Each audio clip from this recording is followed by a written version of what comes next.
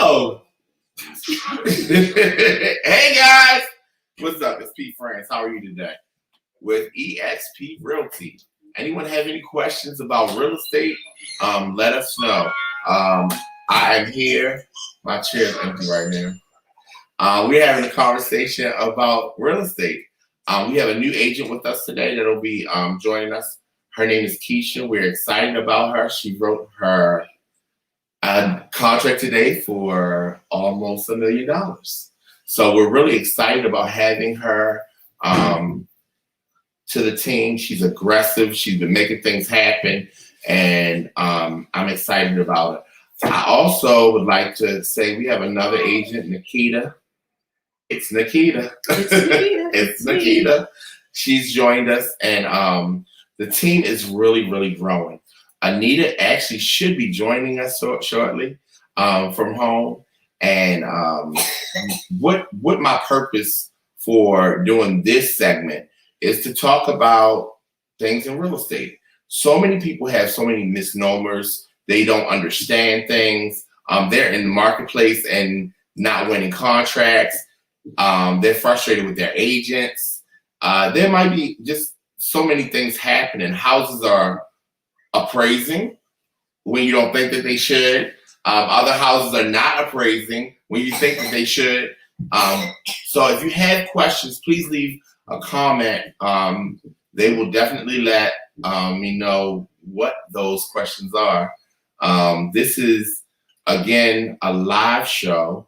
If for any reason, you need help with something, short sale, foreclosure, understanding, please reach out to us. listbaltimore.com is our email address, listbaltimore.com, and you can look us up. You can look at some properties if you'd like. So I'm not boring, but we will be having Keisha come to the say something. Keisha, I can't find her. Come on, Keisha. So what I'm going to do with Keisha actually today is ask her a few questions from her perspective. Real estate is definitely a new and interesting, event. So many people want to do real estate. So many people want to invest in real estate. So many people want to flip houses. Whatever those things are, you can bring it to the table today and ask me about it. I'm really waiting on Keisha to come over here with her. No, I'm just like, here's Keisha, y'all. So Keisha's actually a newer agent. She's joined us, the French group, and she's been killing it, and I'm really excited about it. Keisha, welcome, first of all. Thank you. I have a few questions for Keisha because everyone wants to do real estate. So why not ask a rookie agent? And that's what an agent is called in our industry when they're new. A rookie agent, they can be, real new.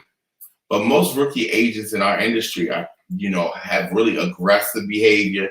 They are really making it happen. They are killing the market and the game because they come from a different vantage point than an older person that's been in the market. We use different technology, now. We're adjusting to the technology. Let me say, as like Pete, I'm not used to it. But Keisha, she's a little younger. She's vibrant, ready to make things happen. She's willing to do many different things that maybe I'm tired and complacent, that would what I would say. But anyway, the question would be, Keisha, what drove you to real estate? It was something I always wanted to do, but didn't really step my foot out there. Okay. So That's I just took one of your dreams. Took that leap. Oh, that's really good. Like, literally,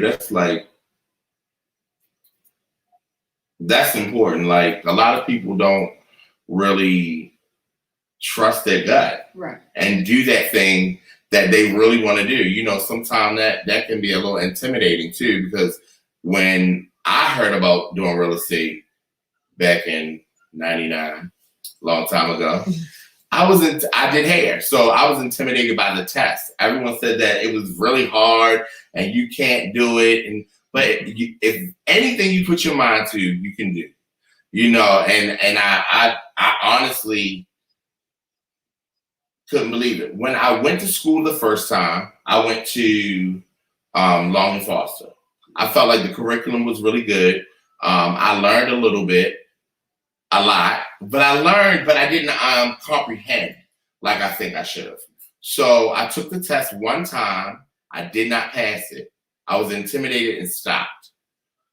And then 6 months, but my cousin who went with me passed. So I was like, what in the world? How is she passed? She older than me. She retained the information better than me. I failed by like 3 points on one part, and like I failed 3 points on one part and passed the other part. And I was like, that's not fair. I know I should have got, but anyway, I didn't pass. Bottom line. I went back 6 months later. I actually took a refresher course with Sharon Taylor. She is absolutely a great teacher. She taught me, and I took the test one time and passed it that time. I think a lot of times you must study. Yes. You must study, and you got to take it serious. Definitely study. You got to take it serious. I blocked myself off from The world. the world. It's a lot of information in a short amount of time. I don't think that it's uncomprehensible. It's not you can comprehend the information, is what I'm trying to say. It's not that hard or difficult to comprehend the information. A lot of times it makes a lot of sense, and a lot of times it makes no sense. And sometimes this looks like this, and it's meaning two different things, but it's so close. It's certain things that are just like, they kind of overlap a little bit, and it confuses you. But nevertheless, we've passed. So, can you find out where Nita's at? Because I'd like her to join us if possible. Anyway, the next question, what I would ask, what is the greatest challenge that you've encountered being a new agent in the industry? The biggest challenge. Biggest challenge? And it could be anything. Putting a contract together. Yeah, I think that was my biggest challenge. Putting a contract together. Make sure you have each piece. Right. So a lot of people think that you can go out and open the door. And that's real estate, HGTV. We're going out, opening doors, and then we're saying, this is our client. Congratulations, you've won your contract. One page they show you on TV most of the time. Don't they? It's like 1 or 2 pages, then they flip it and it's done. Not at all. Our contract is well over, I think it's like 50 something pages. 46 pages, Tavon said. So it's 46 pages. So, and you have to know every addendum, every what to pull, what to put, what goes with what house, you know, and that sometimes takes at least an hour, you know, to put together. And to find the forms. And to find the forms. And that's not even the greatest challenge right now in this market. The greatest challenge, I believe, is getting your contract accepted. Oh, yeah. Congratulations for today. Thank you. She got a big one accepted today. So it's really challenging. I've taken out my client. I took out 2 different clients today. And I stopped showing houses. I had to show an agent. And because of the market and experience, you have to be able to be savvy in this time. And you have to know what earnest money to put down, what earnest money is going to work and not work, what is on your pre-approval. I mean, people are going crazy. They're saying as is contracts. Like, they are writing contracts, high deposits, no inspections. Like, I'm not advising my client against an inspection. I don't care if it's 30 contracts, if it's 2 contracts. my client is getting an inspection. They need to understand not only what the house has become since it's been built, they need to understand how it works, how it operates, and they also need to know what is actually wrong. What can you deal with? What can you not deal with?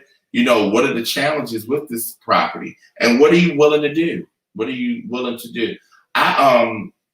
When you first took a client out, I mean, like, what was that like? I mean, because by exciting. yourself. Yeah, that was exciting. But as far as putting a contract together, that was like the scary part. the showing is like, oh, I can open this door, right. I can open that door. Right. But how about the questions that they ask you? Because here's the thing, we got to be the expert. And a lot of times, a lot of people, I'm not going to say, you know, one agent versus another, they don't study what they're showing. So before you go out, you need to do research on the houses that you're showing. You need to understand the neighborhoods around the houses that you're showing. You need to understand what the comps are in the neighborhoods that you're showing. Because if you do want to put an offer in, or the client says, well, what should I offer? Well, you can give them your suggestion, but it should be factual. It should be based on something. It should not come out of the sky. It should not be, oh, well, I think. No. No, we need to understand what exactly you are bidding based on the numbers of the area. A lot of people think that the marketplace is driven by how nice the house is only. And it's really not. So price. Price is not based on only the last house that didn't sell. It's based on the house that do sell. It's based on condition, size. And this is the one thing that people need to understand even when selling a home. Houses that are distressed are not comparable to a standard house. A house that's a REO or foreclosure is not comparable to a rehab. And a lot of clients will look at homes because they're pulling them up on the internet and say, oh, I've got to see this. This one's 139 and all the other ones are 189. Well, it doesn't have central air. It's missing an island in the kitchen. The basement is not finished. There's reasons why that house is not the same price. And it could be similar, like let's just say pre-owned inventory that is not distressed, but just a home that someone moved in and is ready to move up to the next level. You know, what I tell people is don't think that you're buying your dream home, your first home. You don't do it. Always know that there could be an event that happens that you need to move. That could be something that comes out of the blue. There could be deaths in the family, divorce, breakups, just different things happen. Kids going to college, mothers come and live with the children. Different events could happen, and you have to know that you need to buy a house that might have a little bit of equity or be able to be resold. Another question that I have, one more question, and then I'll bring Nikita on. Another question that I have is, do you find a benefit working with a team versus working independently? What is the benefit to you, if there is any? And I'm only asking because people don't even understand what it means to work with a team. Why work with a team when you can go out and sell on your own? And what are the nuances? And I actually could give you some things, but I want to hear from a new agent and understand what they are and the benefits or disadvantages. I feel like if I was on my own, I wouldn't have nobody to run to and ask this question, ask that question, or help me do this or help me do that. Or put you on the spotlight today. Sorry. Yeah, I mean, so working with a team, you get all input. Okay. More than just mine. Yes. Yeah, because I'm not the only person on the team. A lot of people lean on me for the experience, I think, but I'm not the only answer. And I don't know everything. I'm always learning. And I teach, so I'm always learning because I have to know what I'm talking about on Friday morning, 11 o'clock. So it's just, for me, I think that teams are beneficial. I started out, and I literally am not a person that can work alone. I don't have it. Like, I'm a big picture person, visionary. I'm not details. I learned details because I learned my job, but I did not understand how to work alone. So from day one, I understood that I needed an assistant. I could not write a contract, go show a house, go put a sign up, come back, get a lockbox. That wild. I didn't even get my day started. So I knew I needed help, and it's more than just opening a door. We got to type the contract, and I'm just giving you the day of a realtor. Like, what happens in a day of a realtor? A whole lot happens. Like, in the morning, what we normally are supposed to do is time block our whole day. So in the morning, like, normally I'll write my day out the night before. And I also own a property management company, so that brings another challenge. Because I have staff that reports to me and owners that don't want to talk to staff. They want to talk to me. And it sometimes is overwhelming, to say the least. But I seem to manage. God is why I do what I do, and he's one of my whys. My boys is another why. Definitely, I love helping people. That is my dream. That's my desire. And helping people come from a place of, I don't think I can, to getting their dream, or to invest in when they didn't think that they could even buy a house. That's just awesome to me. To see something be created, a shack, a house that's demolished and look a mess, and then it becomes beautiful. I mean, it is awesome to me to see transformation. And I thank God for all of our gifts, because our gifts are what makes us, our gifts make room for us, but it makes us stronger. It builds character. It builds integrity. And I just believe I talk a lot too. So sorry. But so the day of a realtor, back to that. In the morning, we lead generate. People are like, what is lead generating?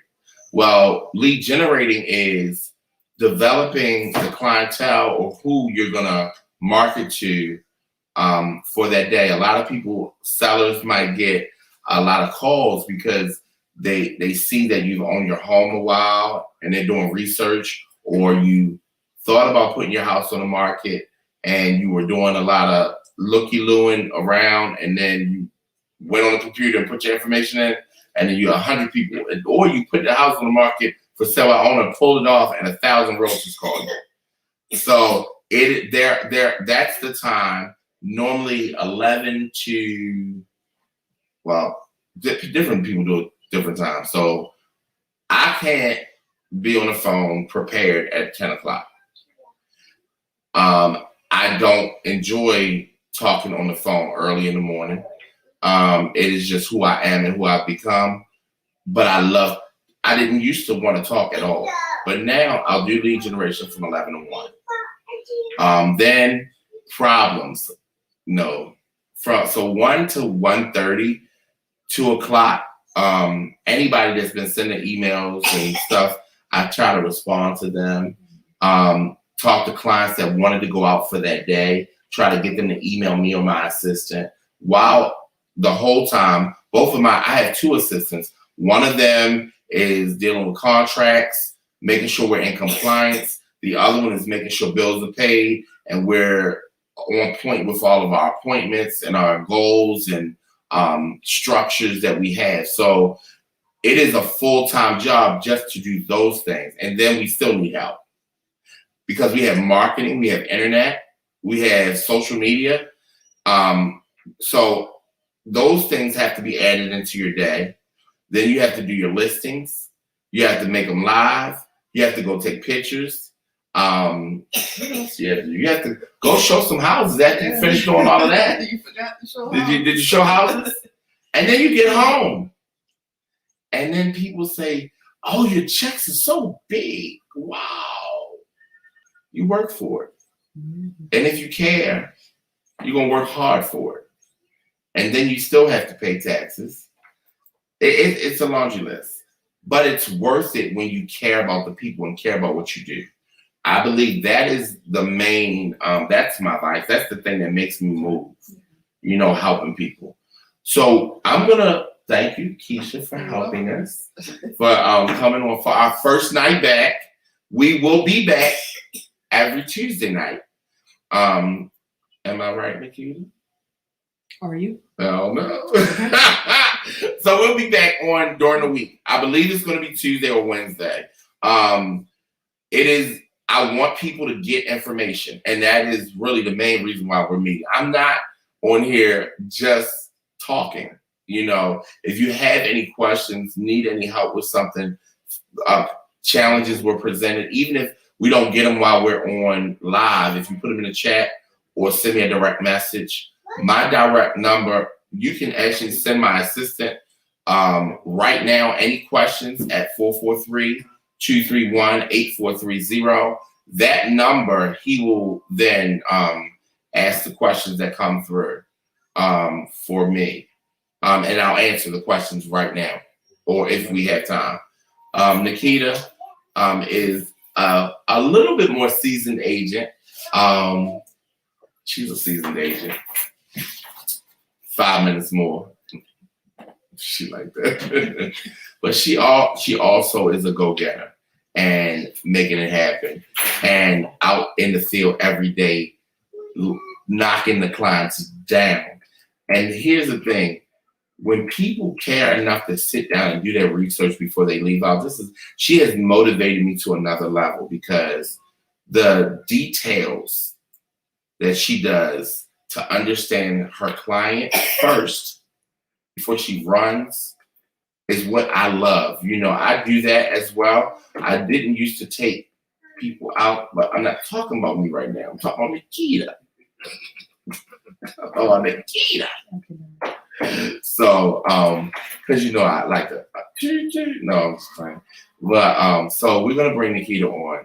She's a lot of fun, and I'm looking forward to talking to you. Want to talk to me?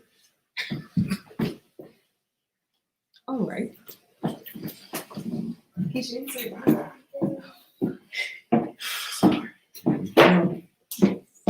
Hi, Nikita. Hi, how are you? So we're a little informal, you guys, but honestly, it's some good information. So here's the thing. Oh, this is nice. Deep breaths.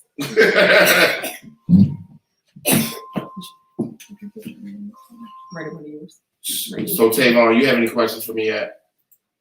You click it. You have any questions? Yes. No questions. I just need you. You can ask me whatever you need me to help you with. That was, I don't know what to do. Halfway done.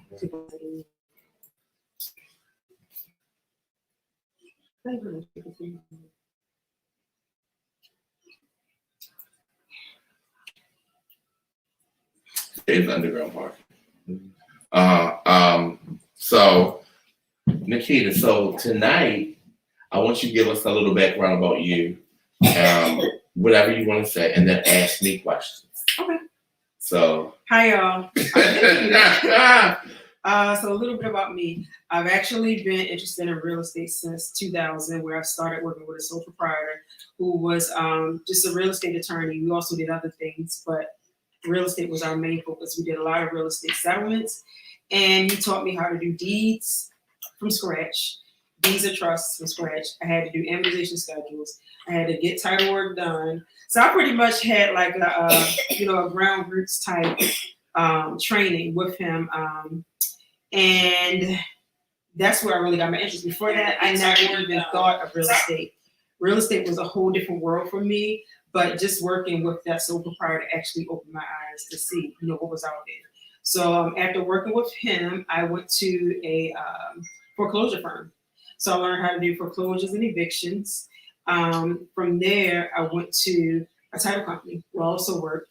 And then from the title company, I went back to the sole proprietor, and then I went to the government where I did asset forfeiture for 13 years. So I kind of dabbled in a lot of things from tax lien ejectment suits, foreclosures, regular deeds, and of course the GSA auctions and stuff with the forfeitures, asset forfeiture.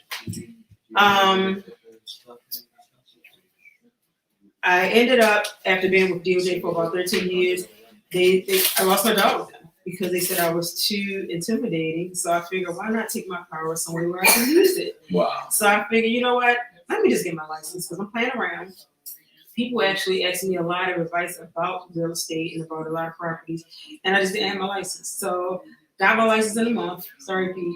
I went to the class. The class was like 2 weeks, 2 days, and I was in there like boom, boom, boom. Sharon Petrosa was my teacher at Long Foster. She was the best. She was the best. Yes. So I did my broker's test at Long and Foster the second time. I love I Sharon. went back. I'm not gonna lie, I did not crack my book open. Sorry, I'm kind of a Wow. nerd. And visual stuff. I remember it. So I was able to go in there, get everything done in 3 weeks.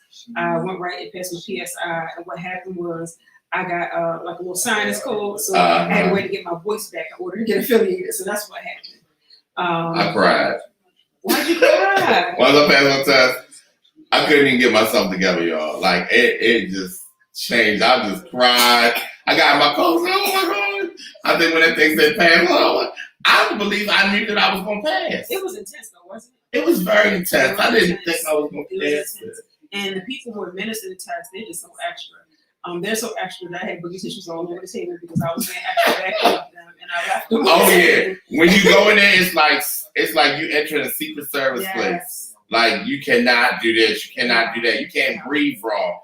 No tissue on your desk. It's really intense. So actually, as you couldn't have tissue, I let it run all down because they're so extra, and you already have anxiety going in. So my attitude going in was, oh, I'm gonna pass this test, and it ain't nothing but the devil, because those ladies in there, they were a whole nother breed. So I sat there with my book, and I Quiet on the set. Quiet on the set. No.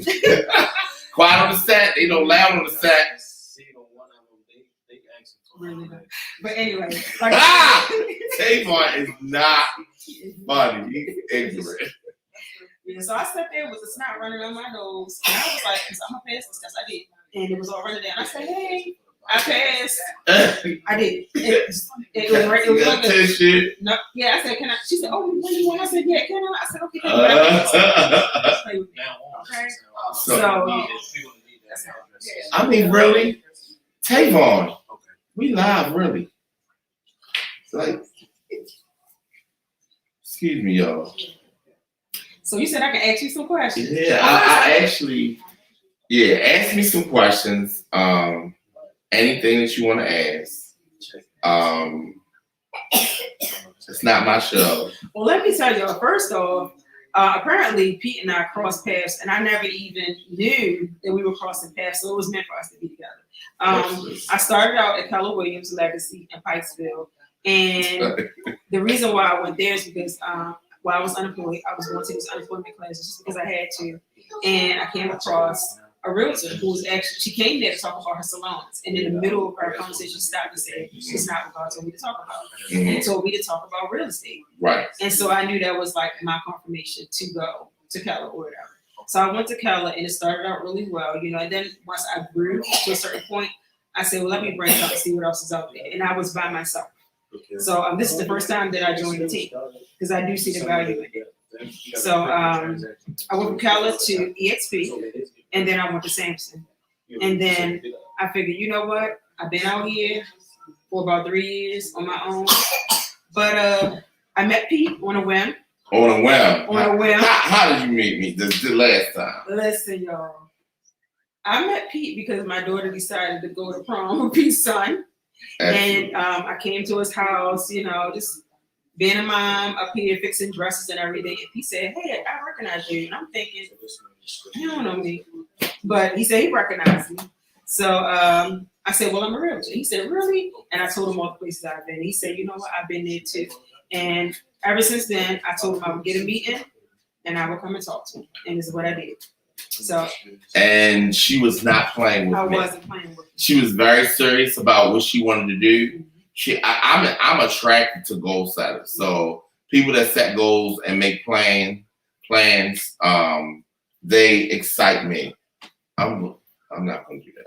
I got my hair cut and everything to meet with people. Oh man, hold on. Let me move us a little closer. And my phone is like going off like crazy. Is that a little better? Because Nikita was looking a little dark, and I just want to. I mess my own self up. You see, I uneven the screen. I'm out the picture a little bit, but it's okay. So nevertheless, you guys can kind of hear us a little bit better and see us a little bit clearer. Mm-hmm. But the screen need to be turned a little bit so I could be in the picture. Keep turning. Yeah, I think you did good. Well, a little bit more. So we're gonna get this right, y'all. We're gonna get it right. You know, last time, you know, we got a little yellow going on. That's my favorite color, you guys. One of my favorite colors. Definitely. All right. Shoot, like literally. I mean, people might not know my background.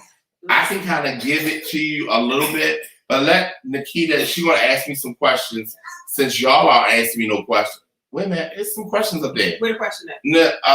Keisha, look at that little thing. It says chat comments. Click that with the little red dot. The red dot. No. Come back down. On the screen.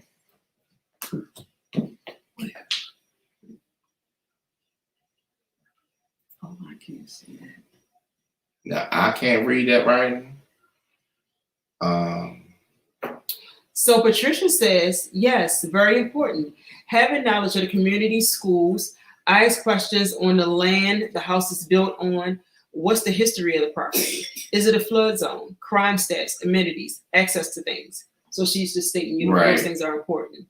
And she also said, that's good. Your why keeps you grounded, especially on the rough days. And you teaching her, Keisha said you're teaching her. And they say, great job, Keisha.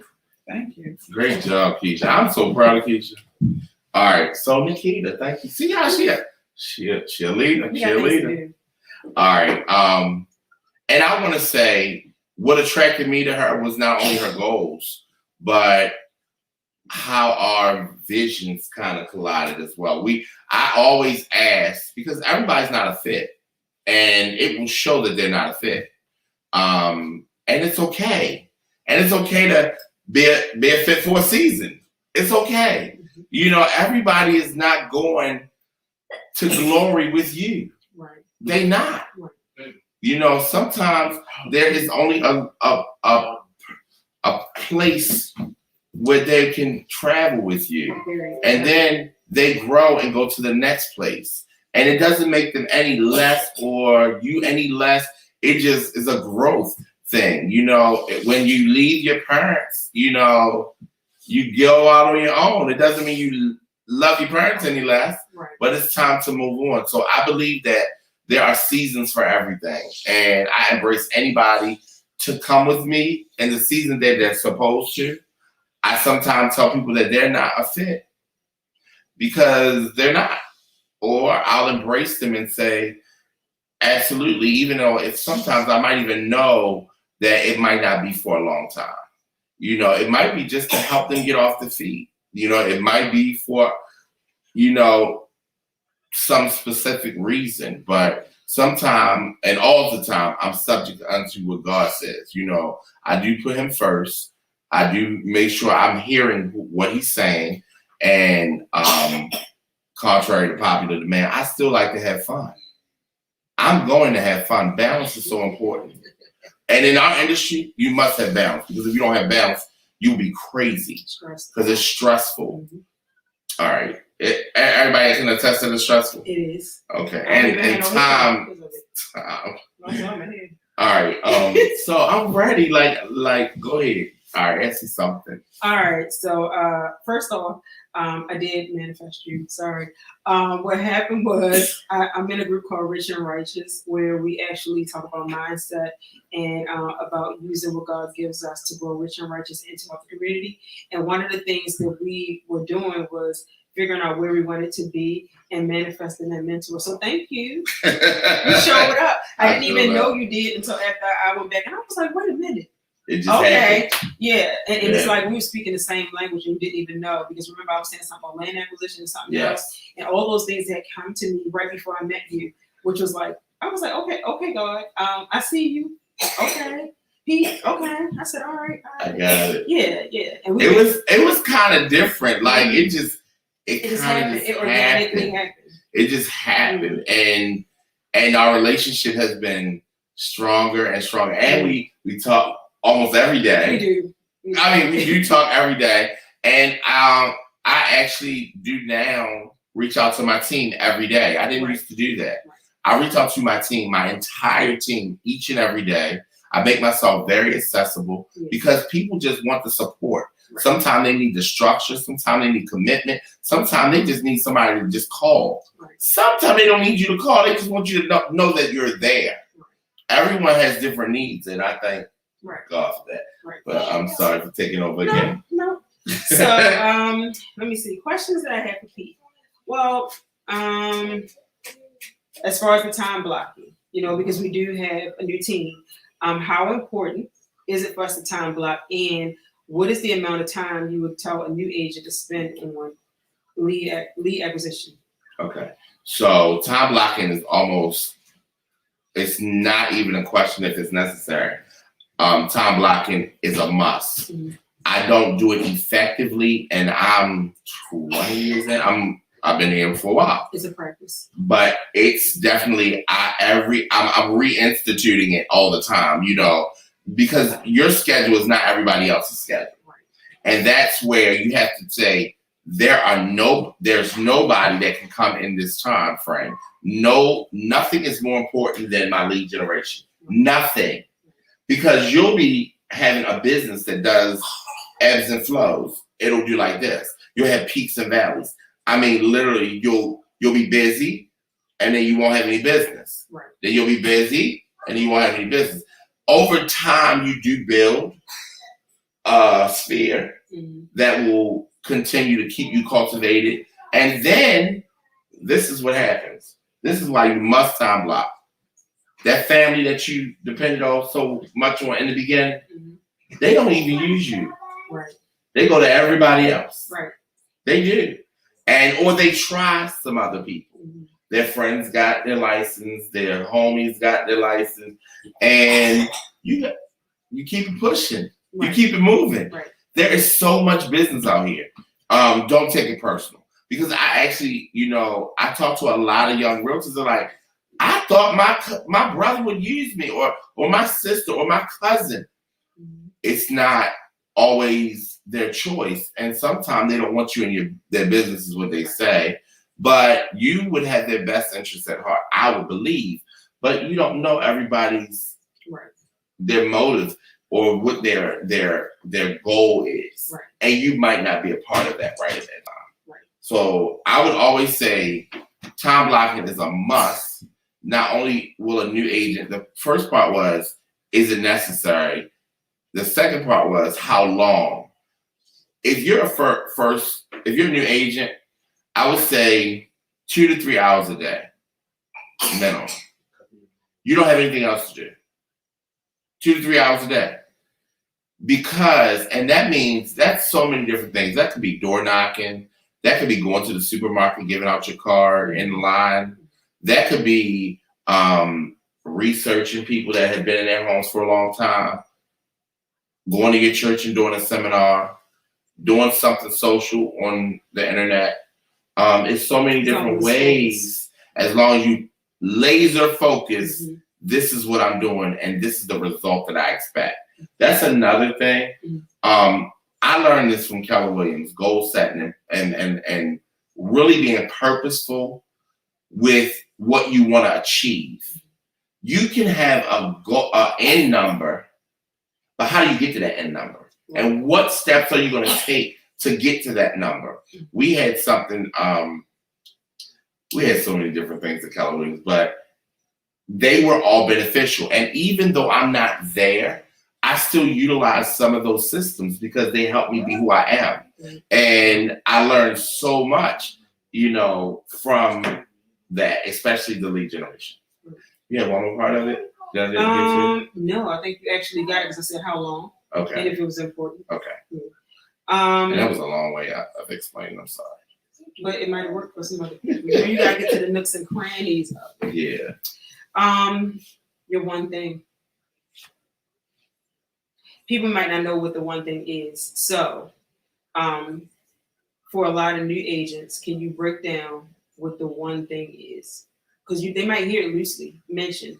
What is your one thing? How do we get to the one thing? Well, let me be non. So there was a book written by Gary Keller. Right.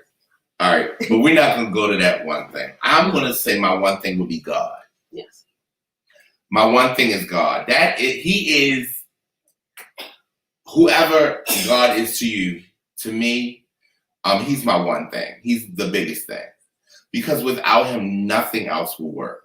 And until I realized that I was not the source, me hustling was not the source, me knowing people was not the source, that was when the struggle became easy. It put me in the ease of things, and it wasn't so challenging. Yeah. So my one thing would be God. My why would be my boys, both of them. And they would be my why. I just been blessed and deeply enriched by having the support of kids around, or young adults. I can't say kids anymore. Right. Young men, Right. And I used to question. This is very personal, but I believe transparency is key, and the only way you can grow is to become authentic and transparent with who you are. I asked God, I was like, I have some things that I deal with in my life. How can I raise a boy? How can I do it? I don't understand it. Right. I was not a football player. I did not play basketball. I wasn't good at baseball. So sports were one of the things I was intimidated about raising a son. But God ordains everything, and to give the love and to be who I am and who I needed to be helps them be well-rounded in the community, Right. and help other people, because it's the heart, I believe, that I had to give first. They learned basketball, football from other people, and I was there and present or in the background because I didn't want to be out in the front to embarrass or bring reproach or anything to them. So I feel like you got to have a why, and your why got to be strong. Right. Why do you do what you do? So, have you had an ultimate real estate dream or like something that ties you to real estate? Bentley? No, I was fine.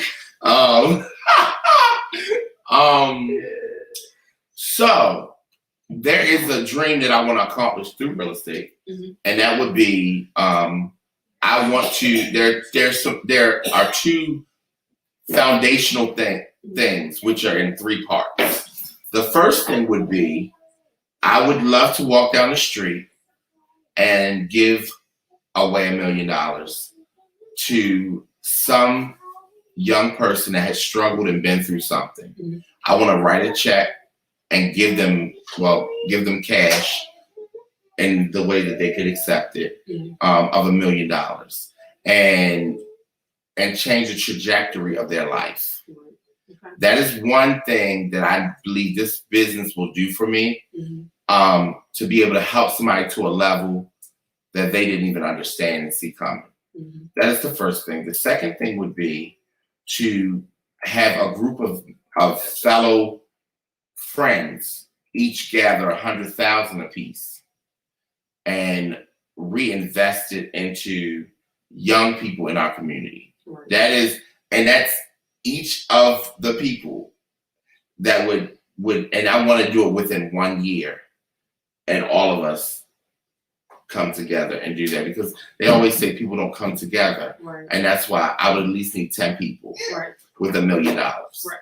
I mean 100,000. I said 100,000. You said $1 million. I just said got something some different, work to y'all. do. But 100,000 is what the number is, Yeah. and that's been written down. So to give away $1 million and 100,000 to 10 people to put 100,000 together to come up with a common goal to help the youth in our community. The last thing was, I had been in business since I was 17. In my senior year of high school, if people did not know, I opened my first salon. By 21, I had 6 of them. I was peculiar. I didn't really fit in, but I kind of did. I was popular, but I didn't fit in. I was really rare, but I was popular with the girls, cool with the guys, but didn't have a place. I was a misfit. That's what I used to call my team, a team of misfits. But you weren't meant to fit in. I'm not, Because God said you were set apart. but that's I okay. accept it now. Mhm. Okay. So- I love me, and I love me being me now. I didn't understand me, and a lot of times we need to understand who we really are, what makes us tick, what makes us not tick. Mhm. You know, that is imperative to your success in life, in anything you do. Right. So, like I said, I had by 21, by 25, I had multiple businesses, and they were thriving and they were doing well. But my hardest part that I think that I could be transparent, I wanted my family. I wanted a relationship with my parents and my brother and sister. I wanted that desire. I desired that so bad that, you know, sometimes it could distract me. Right. The other thing that I think that I wanted at that time that propelled me into success was I wanted to be accepted. But in my wanting to be accepted, I helped so many other people because I was helping to get acceptance. Mhm. But God was making me successful Right. by helping others. Right. So here's the thing, and people got to understand, when you use the principles of God, by default, you're going to be blessed. It's going to happen. It is no way around it. By default, it's going to happen. So like that was the key to people saying, Pete, well, how did you do business? What was it that started? What was that thing that made you do what you do? And I believe my heart for people made Too Fierce what it was. So I had other businesses, but Too Fierce was the main thing that propelled me to Atlanta, Florida, New York, up and down the coast, Chicago. We were in hair shows, we were doing things, and it made my name great. A person that was an introvert in a sense, that did not fit in anywhere, that cried at night, but that could buy what he wanted. Right. You understand? So that part leads me to give my third thing. I want to help disadvantaged youth that think that they want to open a business. My foundation that I'm going to open will have a concentration of kids infected or affected by HIV. Because once their status changes or they get a status of something that's not popular, Right. they lose hope and faith for life. Right. But it could be the beginning. It's not the end. Right. And that's what I want to do for youth that have been infected or their parents have died from it or something. I believe that is a loss. And you don't have to be LGBT. You don't have to be none of that. You just be affected. You know, we put a lot of stigmas on different things. And I want to have grants and monies to set aside to help them do a startup and to have training in place to make sure the startup is a success. Right. It continues. Because it continues. Because here's the thing, I did not know what I was doing, nor was I trained. My mother said something to me the other day, and she said, "That's not what I remember." I was like, "Well, that's what it was with me going to college." So whatever the story was, Right. what she remembers, or what it was, or what we both remember in our own right, I was not able to go to college for whatever the reason was initially, because I was running a business Right.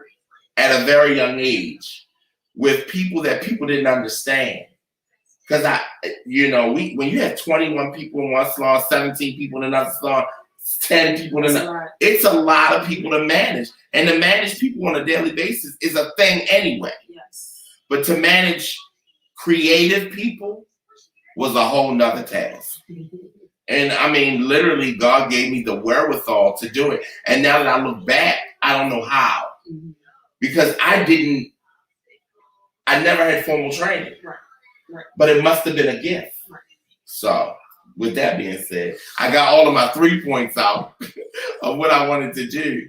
And that's my goal, to help people. The one thing I do want to say, in my growing, I went to Remax. I then opened Powerhouse with my partner, Paul Diggs.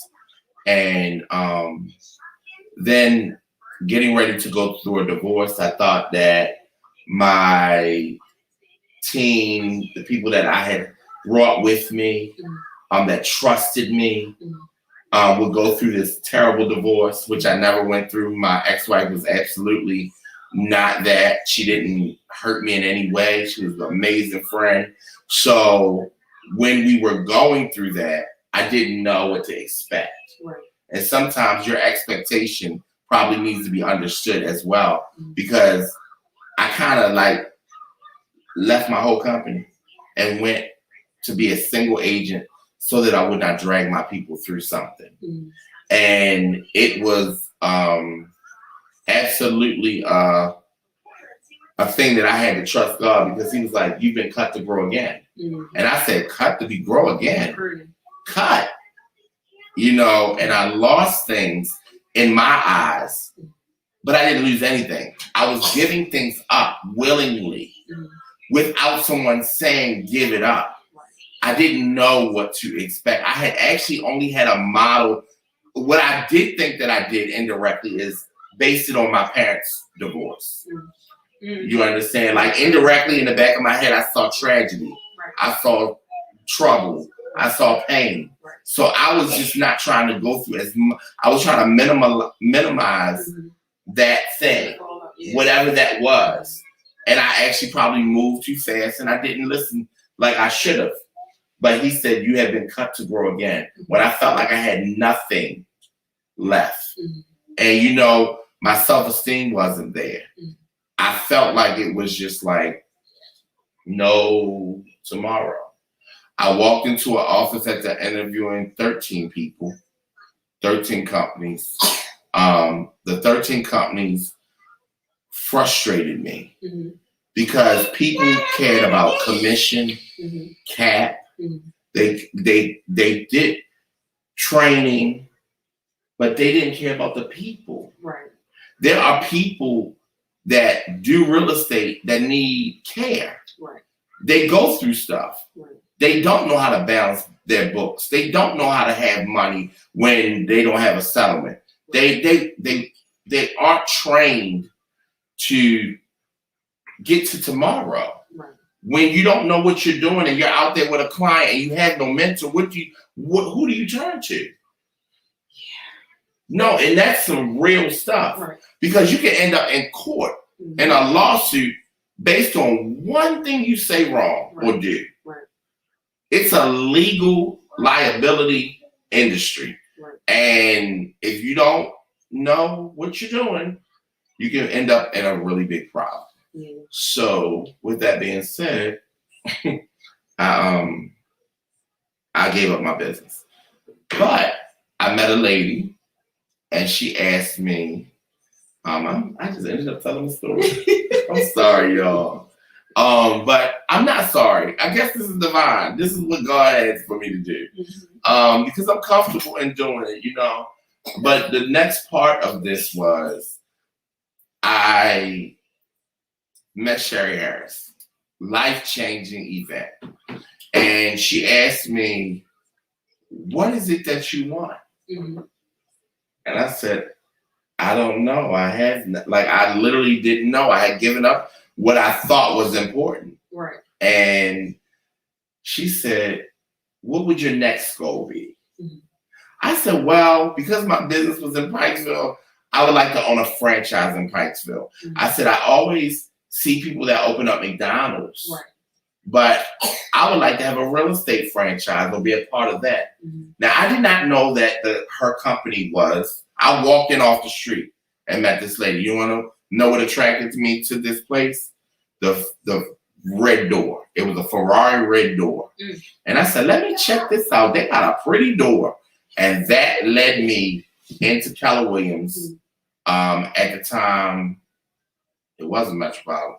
It was Keller Williams Canton, bottom line. And everyone was so loving and caring. And before I left, I was in tears trying to explain to her what had happened in my life and what I felt like at that moment. And she said, you want a franchise? You can have a franchise. And then I was like, what do you mean? She said, we're a franchise. And I was like, okay. She said, and you could be a part of owning one if that's something you wanted to do one day.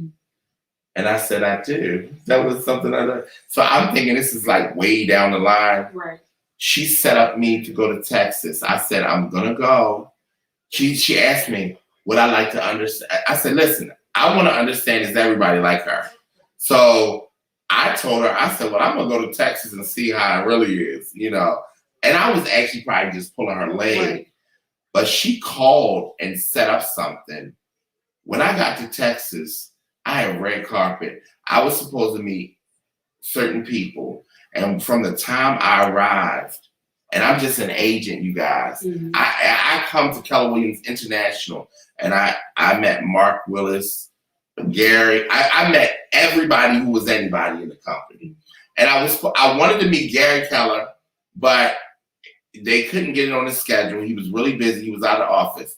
Do you know when I was leaving, I got on the elevator. Guess who was on the elevator coming up? Gary Keller. And he brought me back and talked to me for a few. And that was life-changing. That was incredible. That was, I don't have any words for it. Within 2 years, we opened, you guys. 2 years. And Mel, we had some investors, and we all got together and came up with this great plan. Sherry spearheaded everything. Vladimir Katz. It just was an amazing, incredible thing. And being a founder of something so great, we went from 2 agents. I say that all the time, me and Sherry, to 480 agents when I said I was leaving. When did you leave here? 3 years ago in August. Guys. So I was there and I didn't even know who Pete was. Right. A lot of people did not know. A lot of people did not know that I had created the idea. And whenever she told me what I had to do, and we were off and running.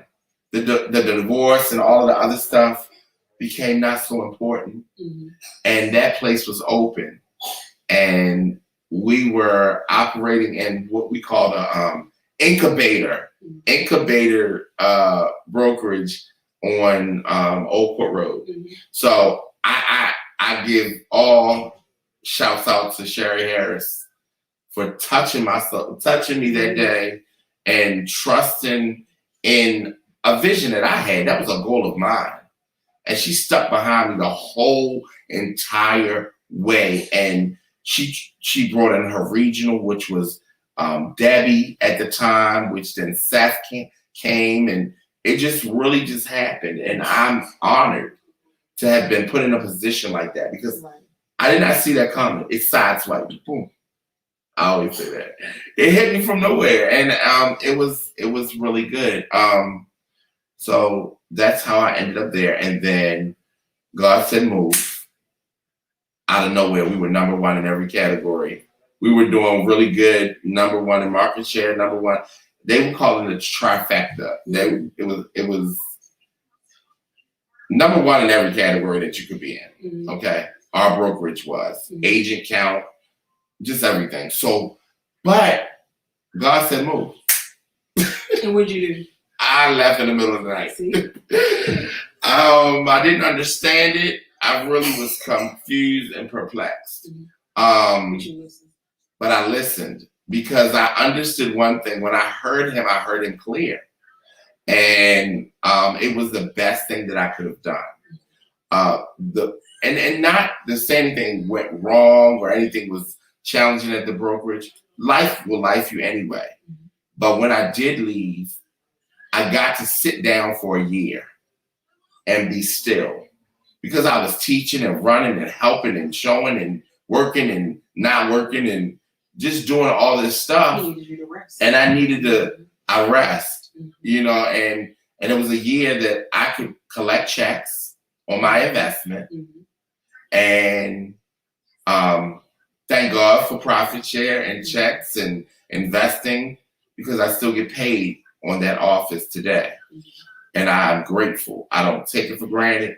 And I had heard one thing Oprah said, keep a piece of it. Right. And I think that was my son. I wanted to leave. I was just real focused on leaving a legacy. Right. You know, it was just really important. And it was called Keller Williams Legacy, That's what ironically. That's what attracted me to it. Ironically, it was Keller Williams Legacy because I felt like we as a people, and me, I'm talking about my people, we don't leave a legacy to our children. Right. When we leave from here, we might have a life insurance policy that runs out really quick. Or we have bills.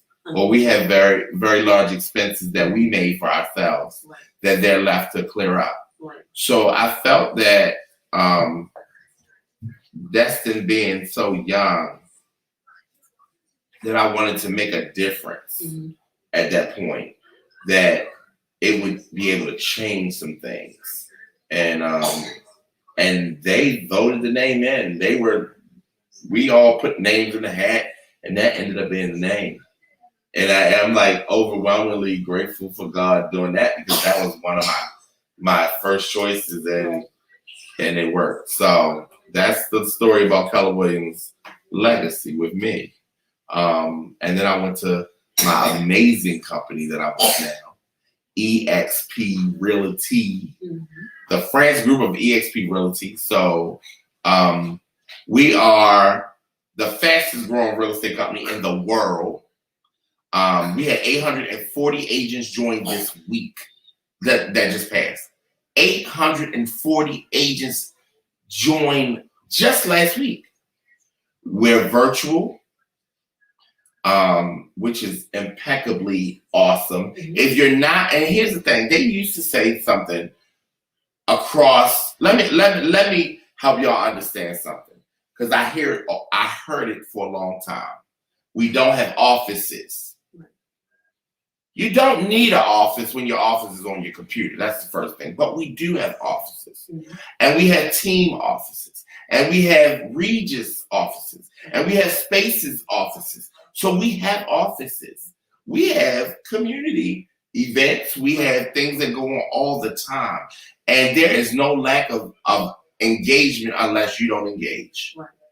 And the thing that I would say, EXP is not for everybody, but it's definitely for me. I have been blessed, even during the pandemic. We have stock. I'm not going to say the number, but I can tell you it's 6 figures that I was able to live off of during the pandemic, in addition to what I made that I was taking my time with. So just that alone. And people say, well, you're people. No.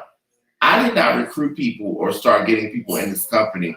And that's not where my money from EXP came, I was getting that from Keller Williams, and then people were starting to leave. And guess where they were going? EXP. That's where I went. So they were at Keller Williams, and they started, because it's like, I'm here, they come, they're here. So if you understand multi-level marketing, I was here, they were here, and they started leaving here and going over here. And they weren't going necessarily under me, they were going under everybody. And that is the blessing of it all. Agents own the company, period. The agents own the entire company. And if you invest in your stock and do what you're supposed to, and listen and be coachable and teachable, you will win big. Because all the big people are there teaching you how to be big. Right. And you can go on at any time virtually to learn.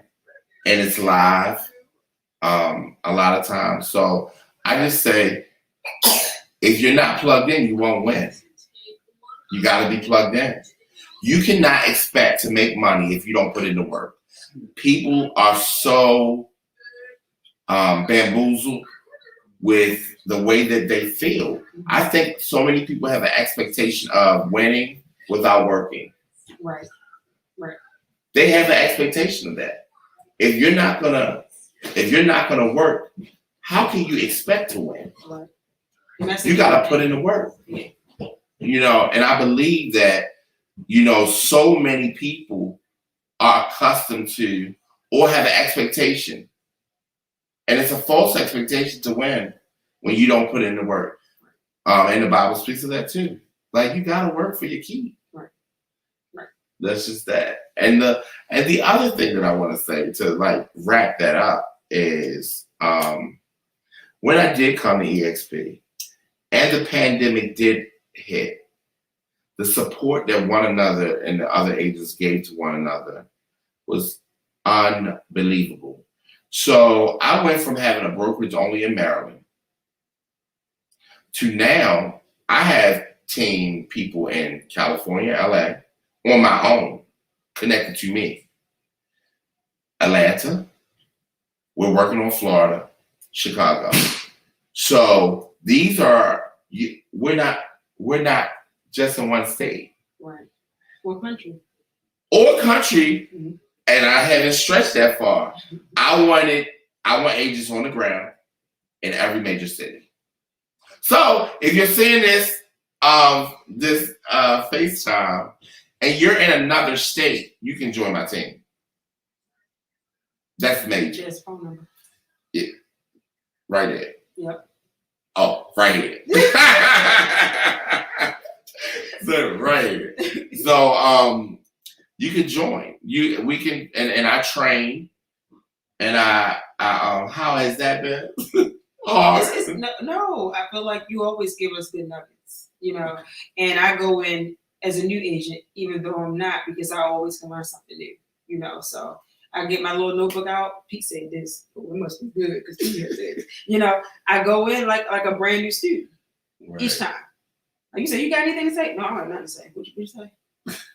So yeah, you definitely give us good nuggets every week. Yeah, and like you said, not all brokerages give you chances to actually talk every week. So I'm grateful for our meetings every week. I'm at work and I'm like, I don't know what they talking about, but I'm about to be up on this on live every week. Yes, like, I'm on. You good?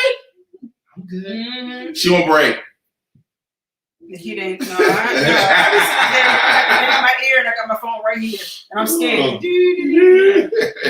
But I'm actually listening to everything you're talking about. Wow, on our Zoom. Yeah, because one day I'm not going to be in there because this is my plan A. Wow. Remember, we don't have a plan B. Wow. So I'm just playing around out there. But this is the plan A. So yeah. And I'm trusting God for our plan A. Yes. And I'm trusting God that He brings an overflow of abundance, more than enough, to everyone connected to me in any way. We're claiming that.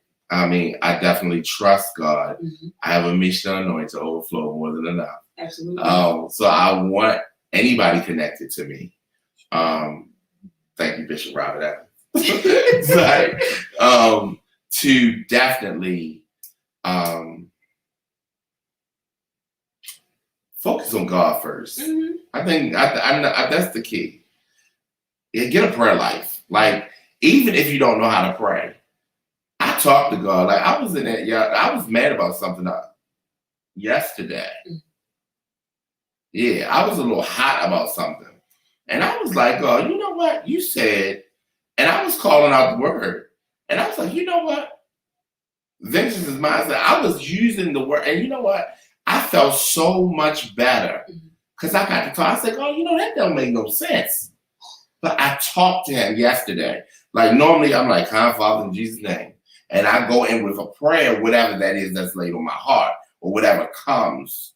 But yesterday, we had a conversation. Right. Because I don't understand how integrity, people lack integrity. And that's what, and when you pour into people, you expect more than the lack of integrity, you know, and you just give them love anyway and keep it moving. Like, literally, I'm healed of it. Like, God made me feel he made me feel better. Like, once I talked to him a little bit, he was like, but you know what? I didn't, because he didn't ask me, did I, love. Love them where they are and keep it moving. But you know, love is the greatest commandment. Love. That's what he told me. He said, love them. If they even were coming back around the corner, love them. Love them and keep it moving. That's what the word, that's all I heard. Like, I got goosebumps. Like, all I heard. I'm going to send you that scripture when I get home because I used to teach that, but it's called, I know it's a new commandment I give you, love one another. And that's the greatest commandment that he gave after he gave all the others. So you're right. And we are empowering disciples because that's what we're doing. And our job is to make life better for someone else. So I came to you because I'm always looking for an empowering disciple. So your vision does line up with what I've always wanted, you know. And we're going to build a legacy. That's what we're going to do. Yes, we are. We're going to build a legacy. So we've been on here a little while. I know. So I and it's been really good. So I did not read the comments. I'm so sorry, you guys. We read them all, actually. Some more. I know, and they said thank you. And the last one, my contact was like, great, thank you. The introvert sounds like me. You're doing a beautiful job. Oh, thank you. So we're gonna end today. I didn't get any questions from you guys, but I got some from Nikita. Next week, we will have Nita on with us. And what time will we coming back next week? 8 o'clock. 8 o'clock sharp. We're gonna be on at 8 o'clock next Tuesday. So come with your questions. Am I gonna be in town? Even if I'm not in town, I'm gonna be on here. Yes. Because I can do it virtually. So any questions that you guys have next week, I think we should really honestly, for the first part, answer some questions. So you can actually email them to It's Nikita. You put that on there for Nikisha. It's actually right in the. I couldn't get this one. I don't know how to work this one. It's Nikita. So if you have any questions for me, if you're interested in joining a real estate company, if you want some information on joining, No. Yep. If you want some information on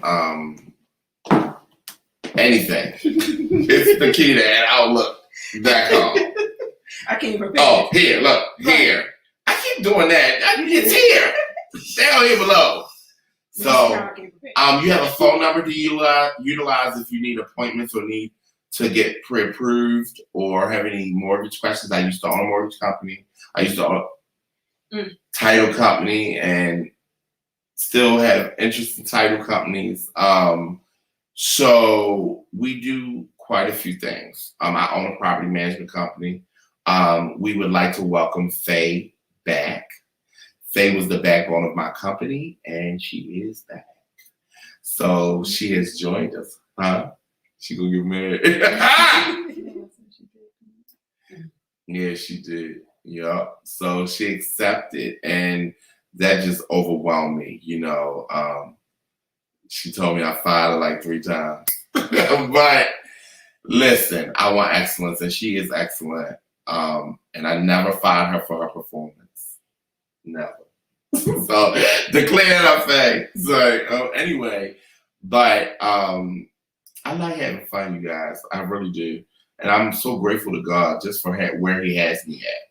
You know, I am not phony or fake about it. Every day is not a fun day for me.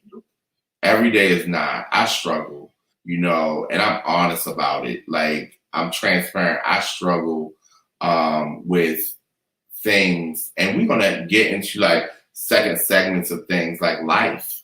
How does it life you? You know, like, what does that mean to you? Like, we're going to talk about some things. I might have my ex-wife on, you know. How was it being married to a man that had dated men? That's serious. You know, how does that work out? Yeah. You know, do you have a trust issue? Are they enough? What are those questions? What happens if, for your parents, when you tell them that you're gay? Mm-hmm. That's a question. Some people don't have anywhere to turn to get that information. Right.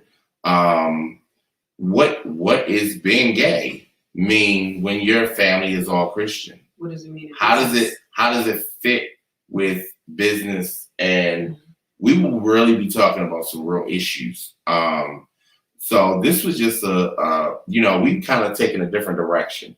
Before, I mean, I do trade still I do trade stocks, Forex, day trade, all that, you know. I do it, and we'll introduce that at some point, but it won't be all that. You know, it will be helping people live life. So I want to say, Keisha pulled it up. Today, EXP exceeded 60,000 agents. When I joined, it was 7,000 agents. Wow. 7,000. 7,000 when I joined. There are 60,000 today. Over 60,000. Remember, 840 joined last week. Come be a part of something big. Like mind-boggling big. Like, it's the sky's the limit, and only it's overflowing. So nevertheless, getting back to what I was saying, we're gonna meet here next week at 8 o'clock. Mm-hmm. We're gonna talk a little bit about real estate. If you have any questions or concerns, why your contract isn't getting accepted when you're out with your agent, some tips on how you can get your contract accepted, some tips on why some people get their contracts accepted more than others.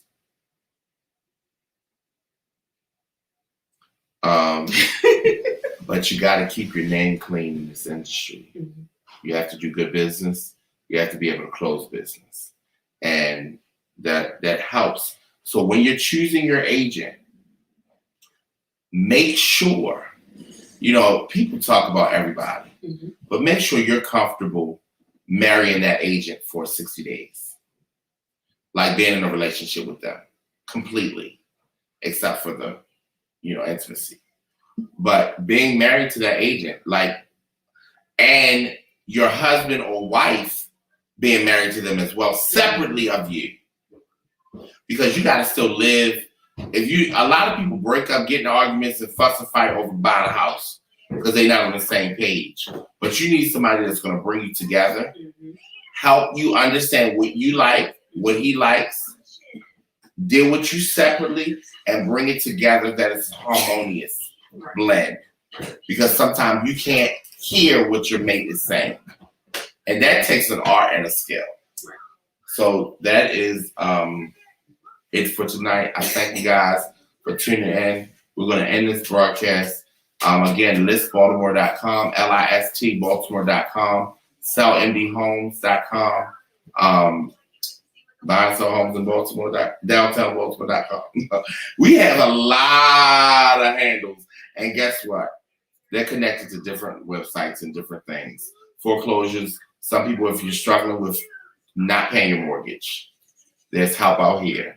The moratorium is being, the eviction moratorium is being extended.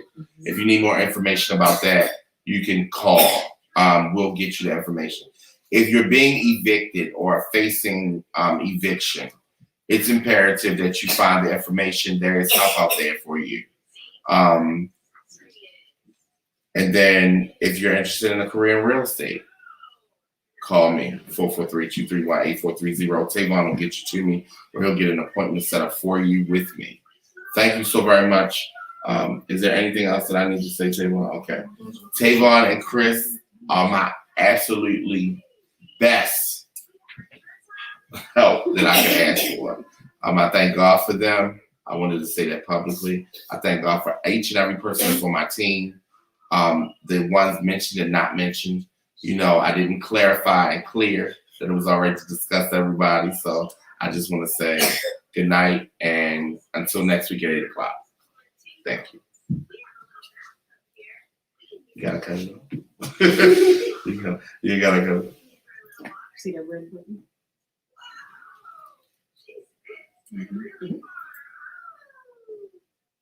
Mm-hmm. Mm-hmm.